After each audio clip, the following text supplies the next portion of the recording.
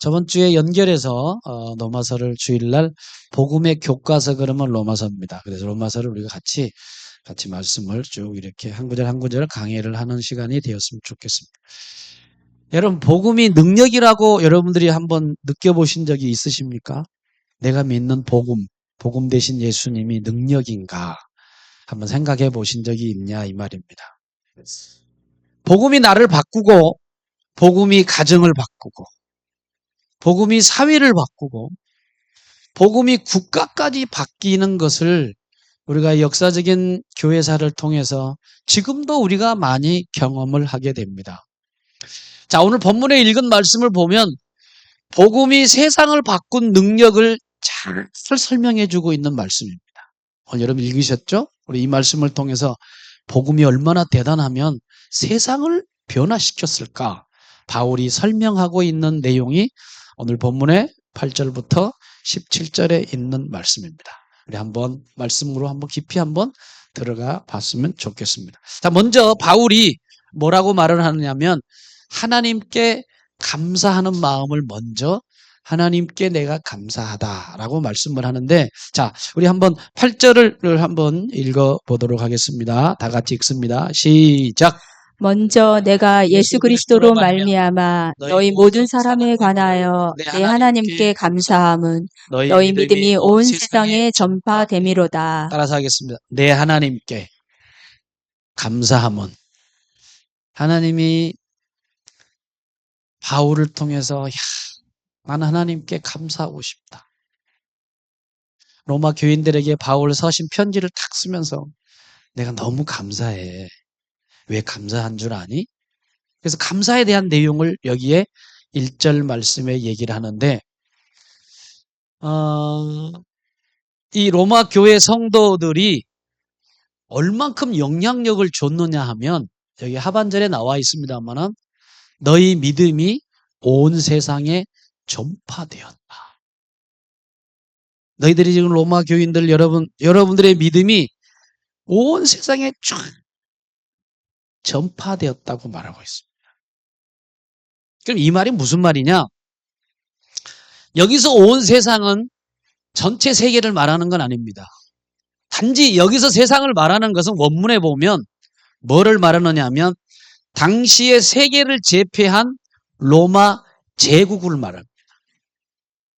여기에 나와 있는 세상은 로마 제국 전체를 말하고 있습니다. 근데 로마 제국 전체뿐만 아니라 여러분도 알다시피 모든 길은 어디를 통해요? 너무나 여러분들은 참 잘 알고 계시네요. 길을 가다 보면 결국에 로마로 가. 길을 가다 보면 결국에 로마로 들어온단 말이죠. 그래서 먼저 로마는 길을 잘 닦았습니다. 그래서 모든 길은 로마라고 하는 부분인데, 로마가 이 복음 안에서 영향을 받고 있는 부분을 여기서 지금 얘기를 하고 있는데, 당시에 로마 교회가 로마 제국 전체에 영향을 엄청나게 줬다고 하는 사실이 여기 본문에 온 세상에 전파됐다, 이렇게 소개하고 있습니다. 자, 그러면 그 전파가 어떻게 됐는가? 잠시 우리가 말씀을 생각하면서 이 로마 교회의 믿음을 우리가 한번 좀 살펴보는 게 좋을 것 같습니다. 자, 이 믿음을 우리가 헬라어로 뭐라 그러냐면 피스티스라고 하는 말로 씁니다. 영어는 faith라고 하는 말로 쓰고 있습니다만, 이 피스티스라고 하는 말은 어떤 믿음을 가지고 있느냐 하면 단순한 생각과 관념에 머물러 있는 믿음을 말하는 게 아닙니다. 여러분, 믿음 그러면 그냥 관념 속에만 있어, 머릿속에. 그게 아니에요. 이 로마 교회 성도들과 로마 교인들이 가지고 있는 믿음은 뭐냐 하면 생활에서 나타나게 되어 있어요. 이 로마 교회의 믿음은요, 삶을 통해서 나타나는 믿음을 가지고 있었던데, 바로 그 피스티스라고 하는 말이 신뢰할 만하다. 이 피스티스라고 하는 말이 충성할 만하다. 그래서 로마 교회 성도들을 바라보면서 이야, 대단하다. 그래서 전파됐다라고 하는 것은 소문이 쫙 로마 제국에 예수 믿는 사람들이 예수를 저렇게 믿구나 쫙 퍼져가지고 많은 로마의 고위 정부들도 예수 믿는 사람들이 저러네? 시민들도 똑같이 그렇게 됐다라고 오늘 본문에 온 세상에 전파되었다. 이 전파되었다는 말을 원문을 좀 봤습니다. 이 원문에 뭐냐면 카타 앙겔라테라고 하는 말인데 이 말이 뭐냐면 이 복음의 말이 조용하게 속삭이면서 머물러 있는 걸 말하는 게 아닙니다. 이 전파되었다라고 하는 말은 무슨 말이냐면 로마 제국과 모든 국가 전체에 공적으로 소문이 팍하게 퍼져서 뭘 줬느냐? 사람의 마음속에 충격을 줬다. 사람의 마음에 큰 영향력을 줬다는 거예요. 엄청난 파장력을 이렇게 전달했던 것이 로마 교회 성도들의 믿음의 모습이었다고 말씀을 하고 있습니다. 그러니까 쉽게 말하면 로마 교회 성도들은요, 입만 말하고 말만 잘하는 예수쟁이라고 하는 그런 것이 아니라 이 로마 교회의 성도들은요, 삶을 통해서 행동을 통해서 실천하면서 그의 믿음이 온전하게 드려져 보이는 믿음을 가지고 있는 산 믿음이 로마 교인들의 믿음이었다고 성경은 말하고 있습니다. 그러면 당시 1세기, 당시에 예수님 오신 이후에 주 54년도, 57년도 그때까지 내용이 여기에 이제 기록이 되어 있는데 로마서에. 그럼 그때 당시에 기독교인의 삶을 잠깐 좀 살펴보도록 하겠습니다. 로마 장터를 딱 가면, 여러분 장터 가면 물건을 매매를 하잖아요. 서로 팔고 사고 그러잖아요. 근데 일반 상인들을 얘기합니다. 일반 상인들은 손님이 딱 오면 가격을 흥정할 때 어떻게 흥정하느냐? 속이면서 팔아요. 지금도 그렇죠. 그렇죠? 웬만한 데 가면. 여러분 시장 가고 마트 가고 그러면 마트는 좀 안 그래. 정찰되네. 근데 시장 가다 보면 서로 사귀면서 서로 사기치면서 거짓말하면서 하는 사람이 있다고요. 당시는 더했어. 정말 더했습니다. 근데 만약에 당시에 시장의 상인이 이 시장을 자기가 주인으로 이렇게 하는 사람이 있다면 이 사람은 완전히 달랐어요. 예수 믿는 사람들 어땠느냐? 정직하게 값을 받아. 물건을 정직하게 예수 믿는 장사하는 사람은 그렇게 받습니다. 동시에 거짓말하지를 않는 거예요. 그래서 많은 일반인들이 기독교 상인 집에 딱 가면 뭐라고 그러느냐? 저 집은 속이지 않아. 저 집은 믿을만 해. 그래서 한 사람이 말하면 그 한 사람이 다른 사람 말을 쫙 해가지고 저쪽에 가면 예수 믿는 사람이 있는데 장사를 너무 정직하게 너무 진실하게 해. 그러다 보니까 소문이 파다하게 쭉 퍼졌어요. 예수 믿는 사람은 속이지 않는다. 예수 믿는 사람은 사기치지 않는다. 여러분 속이거나 사기치지 않는 사람들이 로마 교인들이었다고 말하고 있습니다. 자, 당시 로마 사회에서 가장 힘들게 사는 사람, 빈민촌에 해당하는 사람은 여러 가지가 있지만 특별히 고아와 과부와 병든 사람이었습니다. 로마 사람들은요, 고아를 버렸습니다. 과부들을 버려진 사람으로 봤습니다. 병든 사람들을 버려진 사람으로 봤다는 거예요. 그런데 기독교인은 소외계층이고 버려진 그 사람들을 향하여 로마 교회 성도들이 모여가지고 뭐를 하느냐? 돈을 함께 모아가지고 고아들을 돌보고 그리고 과부들이 돌보면서 노인들을 보살폈던 사람들이 기독교인들이었어요. 그러니까 사람들이 뭐라고 그러냐? 야, 우리가 버렸던 사람들을 저 사람은 거두네? 우리가 버렸던 사람들을 저 사람은 돕네? 그러면서 야, 그 사람들이 누구냐? 봤더니 예수 믿는 기독교인이라고. 이렇게 소문이 또 쫙 퍼지게 됐습니다. 뭐라고 그러느냐? 아니 내 가족도 아닌데 내 친척도 아닌데 어떻게 내 가족처럼 저렇게 챙기지? 그래가면서 놀라워하면서 예수 믿는 사람들은 저 삶이 다르구나. 그래서 그 다른 것이 입과 입소문에 점점 퍼져서 로마시의 전체로 예수 믿는 사람들은 사랑이 많은 사람들이에요. 이렇게 전파되고 소문이 났다는 걸 말하고 있습니다. 동시에 로마 사람들이 가장 두려워했던 것은 오늘날도 마찬가지지만 죽음을 가장 두려워합니다. 로마 사람들은요, 장례식 때 가장 두려워해요. 그리고 가장 슬퍼하는 자리가 장례식이었어요. 그래서 로마 그 사람들은요, 장사 지내는 것을 좋아하지 않았어요. 두렵고 무섭고 괴로워. 그런데 기독교인들은 가족들이 죽을 때 장례식에서 뭘 하느냐? 그 사람들은 울부짖고 괴로워하고 막 두려워하는데 예수 믿는 사람들은 그러지 않고 장례식 때 뭐 하느냐면 찬송가를 불러요. 찬송만 부르는 게 아니라 그들은 슬퍼하지도 않아. 슬퍼하는 게 맞죠. 어느 정도는 슬프겠죠. 그러나 불신자처럼 그렇게 슬퍼하지 않아요.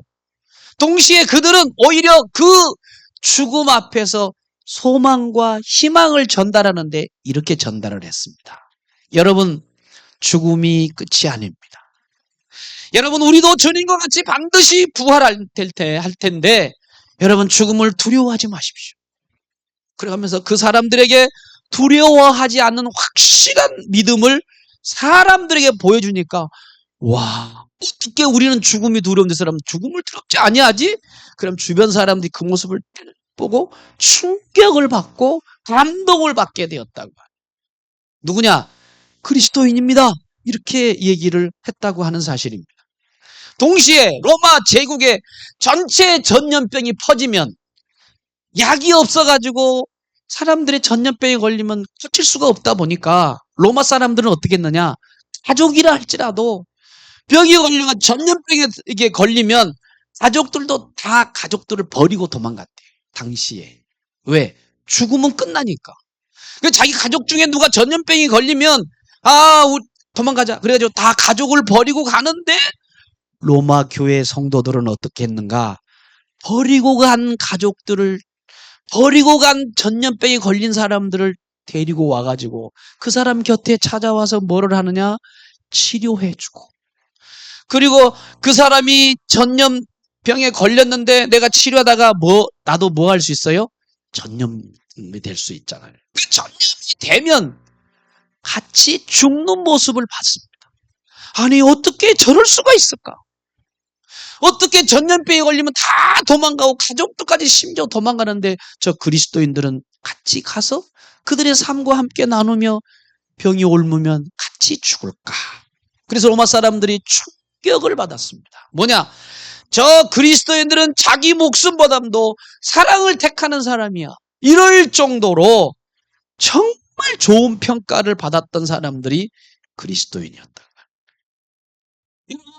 로마 사람들은요, 당시에 그리스도인들이 장터에서 정직한 상인으로 거리에서는 고아와 가난한 사람들을 돌보며 장례식에는 슬퍼하지 아니하고 부활의 기쁨을 얘기하면서 정말 말을 하는 사람일 뿐만 아니라 장례식에서는 슬퍼하지 않고 희망을 전하고 전염병에 걸린 사람들은 찾아가서 곁에 지키는 모습을 보고 그들은 충격을 먹게 되었다고 하는 그 내용이 뭐냐?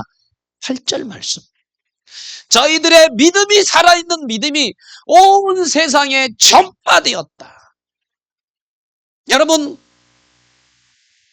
오늘 그러면 우리의 삶을 한번 돌이켜봤으면 좋겠습니다. 여러분, 우리 시대의 온 세상은 어딜까요? 로마 사람들의 온 세상은 로마 제국 전체였습니다. 오늘 우리들의 온 세상은 어딜까? 여러분의 직장입니다. 여러분의 학교에, 여러분의 가정이 온 세상입니다. 여러분과 저의 온 세상은 어딜까요? 성남의 은행동이야. 서울이야. 대한민국이야. 우리 온 세상은 거기에 있다고 하는. 만약에 여러분들이 예수를 알고 복음을 진짜 알고 하나님을 정말 사랑하는 사람이라고 한다면 여러분의 계시는 곳에서 정직하시기를 바랍니다. 아멘. 여러분들이 계시는 곳에서 사랑하면서 살기를 주님의 이름으로 축복합니다. 여러분들이 계시는 곳에 소망과 희망을 전하는 우리 열린문교회 성도들이 되시기를 축복합니다. 여러분들이 계시는 직장과 여러분이 계시는 공동체 속에서 희생하면서 사시기를 주님의 이름으로 축복합니다. 그 사람이 로마 교인이고 그 사람이 열린문교인들이 되어야 돼. 믿으시면 아멘 합시다. 우리 옆 사람과 진정한 그리스도인이 됩시다. 시작. 그 말하면 다 끝나는 거 아닙니다. 나가서 여러분들이 그렇게 사셔야 됩니다. 어디서 직장에서, 어디서 여러분의 학교에서, 여러분이 공동체에서 임하는 그곳에서, 아니 우리 교회에서 사랑하고 거짓말하지 말고 사기치지 말고, 그리고 사랑하면서 헌신하는 사람들이 로마 교인이고, 그 로마 교인들의 믿음이 여러분과 똑같다면 우리도 그런 믿음으로 사시는 사람들이 정말 그리스도인의 모습이라고 말할 수가 있을 것입니다. 그러면 로마 교회가 왜 이렇게 됐는가? 복음 때문이었다. 복음은 로마를 변화시켰어요. 57년도가 이때. 근데 복음이 313년에는 로마가 복음화가 돼버려요. 이 사람들 때문에. 불과 300년 뒤에는요, 로마가 복음화가 돼요. 이런 분들 때문에. 여러분 이탈리아 가보셨죠? 로마입니다. 가보면 로마 교황청도 있고 여러 사람들이 많이 있는데, 지금은 예전보다는 그렇지 않지만 거기 거의 천주교입니다만은, 여러분들 우리가 그런 초대교회 그리스도인으로 지금은 완전 타락된 부분을 볼 수 있습니다만은, 우리가 여러분과 저도 우리가 로마 교회 성도들만 저랬는 것이냐? 그렇지 않아요. 그렇지 않습니다. 로마 교인들만 그런 줄 알아요? 로마 제국만 그런 줄 알아요?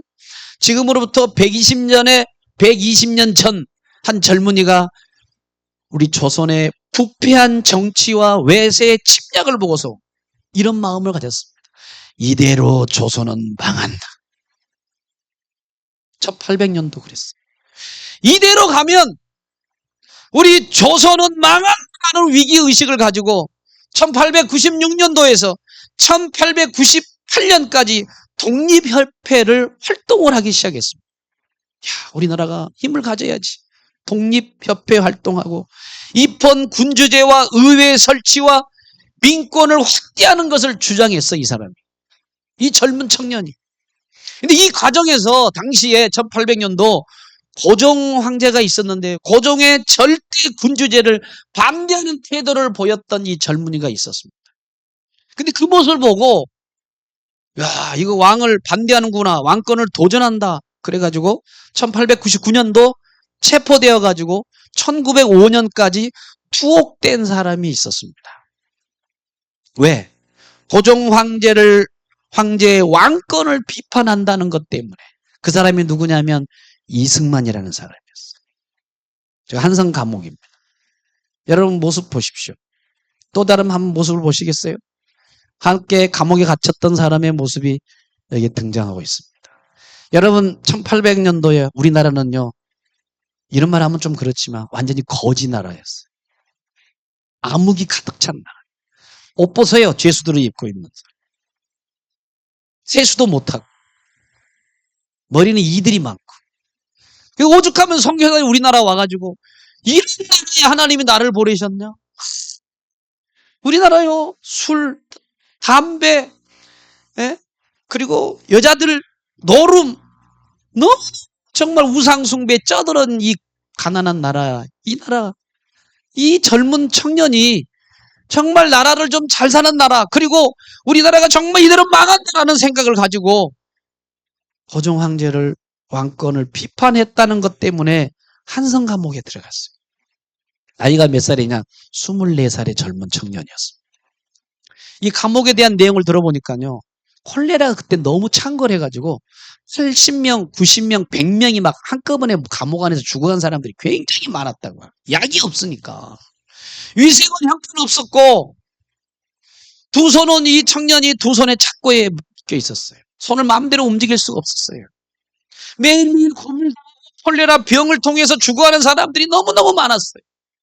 그래서 이 젊은 청년이 질병과 분노와 두려움 속에서 한상 감옥에서 언제 죽을지 모르는 절망 가운데 있었습니다. 그런데 이 젊은 청년에게 어느 날 간수가 책을 하나를 전달해. 복음의 성경책을 전달해 줬습니다. 보십시오. 어떻게 바뀌는지. 이 나라가 이대로 망한다라는 생각을 갖고 정말 나라를 정말 제대로 만들어 봐야 되는 그런 마음을 갖고 했는데, 이 왕권을 도전한다는 것 때문에 감옥에 들어갔단 말이죠. 그럼 감옥에서 절망 가운데 있다가 간수가 책을 줘. 그 책 한 권이 뭐냐? 복음이 담겨 있는 성경을 전달받았습니다. 처음에는 무료함 때문에 성경을 읽기를 시작했어요. 두 손이 이렇게 찾고 있으니까 넘기기가 힘들잖아. 그러니까 혓바닥을 넘겨가지고 혀로 성경을 읽어갔습니다. 여러분, 자유롭게 여러분들이 지금 성경 읽는 거 감사하셔야 되는데, 당시에는 감옥에서 손이 묶여있기 때문에 넘길 수가 없어서 혀로 한 장씩 넘겨가며 성경 봤던 사람이요. 여기에 이승만이었어요. 근데 놀라운 게 뭐냐 하면 복음의 말씀을 읽다 보니까 점점 깊이 빠지는 거예요. 그리고 복음 앞에 말씀 속에서 읽다 보니까 하나님의 음성을 듣기를 시작해요. 하나님 음성이 뭐냐? 너는 죄인이야. 내 아들 예수가 너를 위해서 죽었어. 너는 나의 선한 뜻을 위해서 앞으로 살아야 될 거야. 이런 말씀을 자기 마음속에 하나님이 깨닫게 하시는 거예요. 그 젊은이 자신이 죄인임을 알고 복음이야말로 사람을 변화시킬 수 있는 게 복음밖에 없구나. 대한민국이 개화가 되고 대한민국이 잘 사는 나라가 되고 대한민국이 정말 위기의식 속에서 살아갈 수 있는 게 뭘까? 고민하다가 이거 하나밖에 없다. 그래서 복음 아니면 우리나라는 끝난다라는 마음을 가지고 있어요. 그래서 감옥에서 진심으로 회개하고 성령을 받아요. 감옥에서 성령 받은 사람이 이승만. 그래서 인격으로 예수를 거기서 받아들인 다음에 하나님이 그를 감옥에서 꺼내주세요. 너무 놀라운 은혜야. 그래서 어디로 보내느냐? 미국으로 유학을 보냅니다. 선교사를 통해서. 그래서 조지 워싱턴 대학, 하버드 대학, 그리고 프린스턴 신학대학을 졸업하고 기독교 신앙과 그리고 자유민주주의의 인권을 자기가 알고 나서 깊이 있게 깨닫고 나서 마음에 결정한 게 뭐냐? 조선을 살릴 수 있는 것은 오직 복음밖에 없다. 복음으로 살릴 수 있는 것은 조선이다. 우리 조선을 살릴 수 있는 것은 오로지 복음밖에 없다. 그런 마음을 갖고 이제 그가 대한민국이라고 이 나라를 세우려고 하는데 단순한 나라를 세우는 게 아니라 복음의 가치가 담겨 있고 기독교 윤리와 하나님의 형상대로 지음받은 인간의 존엄성을 바탕으로 새로운 나라를 건설하려는 마음을 가진 사람이 젊은 이승만 대통령이었다고 성경 우리에게 역사는 그렇게 말하고 있습니다. 여러분, 대한민국의 초대 대통령이 되었을 때 그는 많은 대통령 가운데 유일하게 성경 위에다가 선서를 한 사람이었습니다. 미국도 마찬가지죠. 근데 이 이승만도 마찬가지 대통령이 될 때 성경 위에 놓고 인권을 탄압하고 자유를 말살하는 거짓말하는 공산주의를 멀리하고 자유민주주의를 하나님을 섬기는 나라로 복음 안에로 정말 세워야 되겠다는 마음으로 성경 위에다 선서를 하고 하나님 이 나라를 성경으로 기초해서 세우겠습니다. 그랬던 사람이요. 이승만 초대 대통령이었다고. 젊은 이승만이 진짜여가지고 나라를 세운 게 아닙니다. 여러분 이승만요 정치 기술이 좋아서 나라에 오른 것도 아닙니다. 그가 그의 인생을 움직인 것은 복음 대신 예수 그리스도를 만났기 때문이고 그 복음 대신 예수 그리스도가 절망 속에 있는 이 한 젊은이의 마음을 변화시킬 뿐만 아니라 그 젊은 사람 한 사람 때문에 대한민국의 역사가 피게 되는 엄청난 폭로가 되었다고 하는 것을 우리는 잊으시면 안 된다고 하는 사실입니다. 오늘 그래서 바울은 16절 말씀에 뭐라고 말을 하는가? 우리 한번 다 같이 한번 읽어보겠습니다. 16절 시작.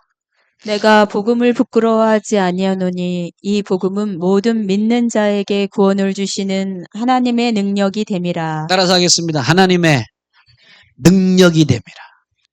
복음은요 사람을 변화시키고 그 사람을 통해서 나라를 변화시키는데 로마뿐만 아니라 대한민국에 세계 10위로 갈 수 있었던 틀을 만든 사람은요 이승만 대통령 우리는 절대 잊어서는 안 되는 거예요.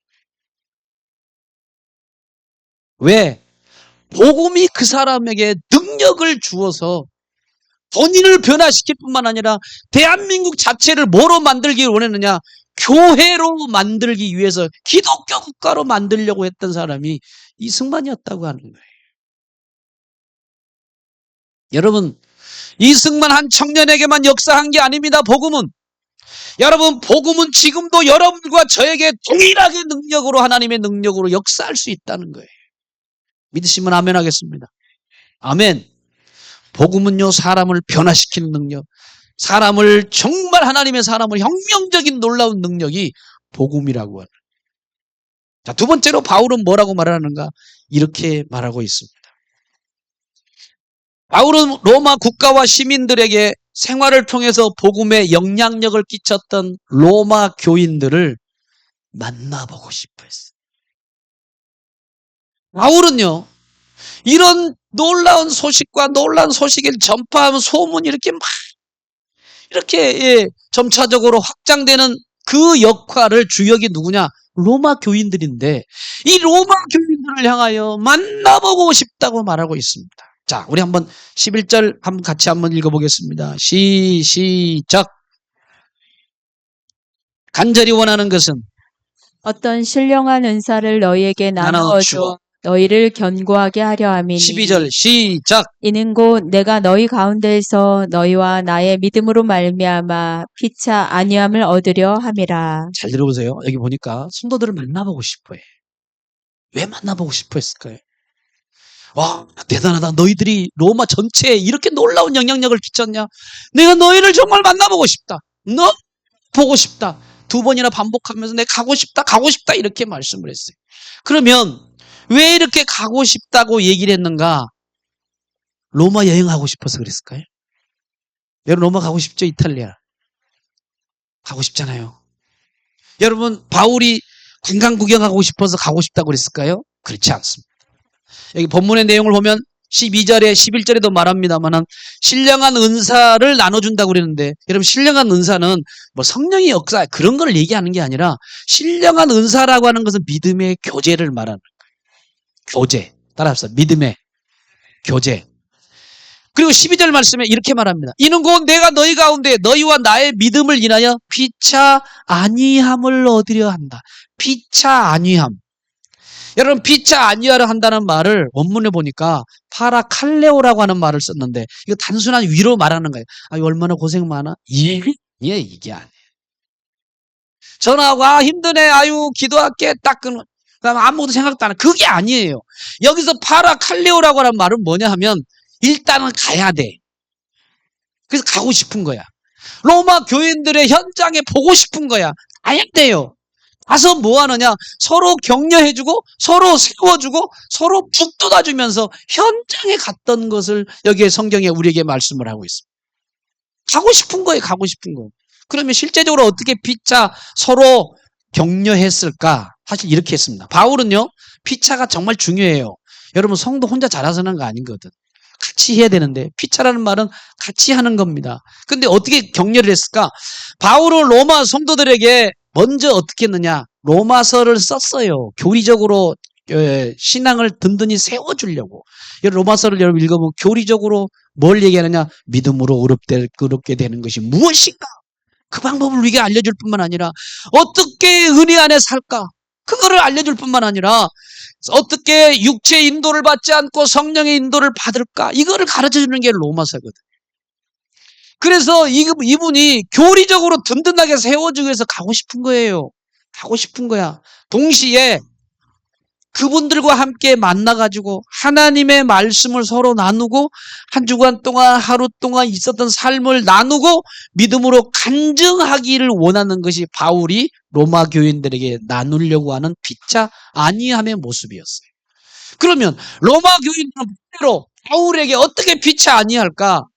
로마 교인들은요 바울의 사도의 권위의 가르침을 받고 자신들이 지금 황제의 핍박과 고난 속에서 흔들리지 않고 믿음을 잘 지켜가는 모습을 바울에게 보여주니까 바울도 힘든데 바울이 로마 교인들을 보면서 격려를 받는 거예요. 그래서 뭐 하느냐? 가서 간증하고 나누고 삶을 교제하면서 격려를 해주고 싶어서 가고 싶어 한다고 말씀을 했습니다. 여러분, 믿음은 절대로 혼자 클 수 없어요. 여러분, 믿음 생활하는 사람은 혼자서 신앙생활 하는 게 아니에요. 여러분, 믿음은요, 어떻게 크느냐? 여러분, 믿음은요, 절대 옆 사람과 믿음의 형제와 자매와 함께 나누면서 만나서 그들의 믿음의 연약함을 나누어주고 나의 연약함을 같이 교제하면서 뭐 하느냐? 서로 붙들어주고 서로 기도해주고 서로 격려해주고 밥도 같이 먹고 삶을 나누면서 할 때 그때 믿음이 크고 성장할 수 있다는 거예요. 그래서 모여야 되는 거 같이. 그리고 가야 돼요, 그 집에. 그리고 같이 모여야 되는 거예요. 그래서 같이 예배 드리는 거예요. 같이 기도하는 거예요. 그 신앙의 간증을 같이 나누어야지 힘이 생기는 거예요. 여러분, 남자들이 보통 20대 군대 가잖아요. 훈련 과정 속에서 행군할 때, 저도 행군을 해봤습니다만, 혼자 걸으면 10km가 너무 힘들어. 그때 놀라운 것은 뭐냐면, 대열을 이루고, 함께 발맞춰, 함께 걸으면 20km를 걸 수 있어요. 이 함께라고 하는 게 굉장히 중요한 거예요. 여러분, 신앙생활 하려면 금방 지치게 될 수 있습니다. 절대 혼자 해서는 안 돼, 신앙생활. 어떻게? 공동체 안에서 서로 격려하고, 서로 세워주고, 서로 이렇게 밀어줄 때 끝까지 완주할 수 있는 게 믿음이라고 하는. 그래서 바울이 믿음을 서로 바울과 로마 교인들과 함께 교제하고 같이 나누고 간증하고 서로 하면서 신앙의 교제를 통해서 나누어 주려고 하기 위해서 하고 싶었던 것을 여기에서 우리에게 말씀합니다. 이게 오늘날로 말한다면 여러분, 구역을 잘 구역장들은 관리를 잘 하셔야 돼요. 왜? 한 주간 동안 여러분 한 주간 동안 만나세요. 어떻게 막 한 달에 한 번 만나면 교제가 됩니까? 여러분, 구역은요. 구역장들이 한 주에 한 번씩 구역원들을 만나서 신앙의 간증을 나누고 정말 그들의 아픔이 뭔가 어려움들이 뭔가 나의 아픔이 뭔가 서로 교제하고 나누면서 거기서 세워주고 격려할 때 그때 믿음이 커가는 거예요. 애 놓고 그냥 네 혼자 커라 그런 사람들은 없잖아요. 그렇죠? 자꾸 옆에서 해줘야 되잖아요. 그래서 우리 교회는 여러분 구역이 잘 돼가요. 우리 구역장님 정말 잘하셔야 돼요. 교회 대우고 나서 목사님 알아서 하겠지. 그렇지 않습니다. 요즘에는 평신도 제자화가 돼야 돼. 평신도들이 여러분들이 양육할 수 있어야 돼요. 오면 같이 나누고 성장하고 같이 키워주고 성경이 뭔가를 알려주고 어려운 부분을 나눠주고 그리스도의 사랑을 그에게 품어주고 나누고 이렇게 해야지 믿음이 성장하는 거지. 데려놓고 그 다음에 알아서 하겠지. 성장하지 못합니다. 그리고 얼마 나오다 보면 이제 끝나요. 얼마 정도 나오면 이제 그만 나가도 되겠지. 그 정도 해줬으니까. 그리고 안 나온단 말이죠. 왜 그러느냐? 옆에서 챙겨주지 않으면, 세워주지 않고 격려하지 않으면 남길 수가 없습니다. 남아갈 수가 없어요. 그래서 여러분 새신자 가족이 너무너무 소중한 거야. 잘 세워가지고 구역으로 인계하면 구역에서 정말 믿음으로 잘 세워주는 우리 열린문교회 성도들 되어줄 수 있기를 주의 이름으로 축복합니다. 그리고 이제 복음을 설명하기를 시작을 했어요. 자, 오늘 본문의 내용을 쭉 보면 복음을 설명하는데 오늘 16절부터 쭉 15절부터 쭉 우리에게 설명하는데 그럼 복음이 과연 뭐냐? 복음은 단순히 우리가 생각할 때 예수님이 우리 죄를 위해 죽으셨어. 정보와 그런 단순한 소식을 전하는 게 복음이 아니에요. 복음은 능력이라고 선포했어. 우리 한번 따라서 해서 복음은 능력이다. 복음은 사람을 바꾸고 가정을 바꾸고 나라를 바꿀 수 있는 것이 복음의 능력이라고 하는 거예요. 그래서 걸려 있으면 애한테 약을 딱 먹이면 해열제를 먹이면 금방 그 약을 먹고 그 열이 떨어져가지고 회복되잖아요. 복음 바로 그런 거예요. 예수를 받아들이고 예수를 영접하고 예수를 믿는 사람은 삶이 회복이 되어져. 변화가 된단 말이죠. 여러분 복음은요 죄의 사슬을 끊는 놀라운 능력이 있습니다. 젊은 청년 한 사람이요 술과 담배, 도박, 음란물에 중독돼가지고 가족과 친구들을 멀리하던 무너진 청년 한 명이 오늘날 예배 중에 교회에 딱 나왔어. 그리고 복음 대신 예수님이 자기 죄를 위해서 죽으셨다는 그 말씀을 듣고 마음을 흔들기를 시작을 했어요. 그래서 그날 이후에 예수님의 이름을 부르면서 예배 참석하고 기도하고 그러다 회복이 되고 중독에서 끊어지고 가족과 관계가 회복되어졌던 것이 복음이 주는 능력이라고. 오늘 여러분 이 능력을 경험하시기를 축복합니다. 여러분 복음은요 삶을 변화시키는 능력이 있어요. 평소에 화를 잘 내고 욕도 잘하고 싸움을 잘했던 어떤 남자가 있었는데 어느 날 교회에 와서 예수를 믿더니 달라지기 시작했습니다. 그래서 사람들이 당신 왜 이렇게 달라졌어? 그랬더니 예수님이 내 안에 들어오시니까 내 마음이 바뀌어지고 내 분노가 없어지고 미움이 사라졌어. 그러다가 이 사람이 세례받고 집사되고 장로님까지 됐다는 거예요. 이런 일들이 굉장히 많아요.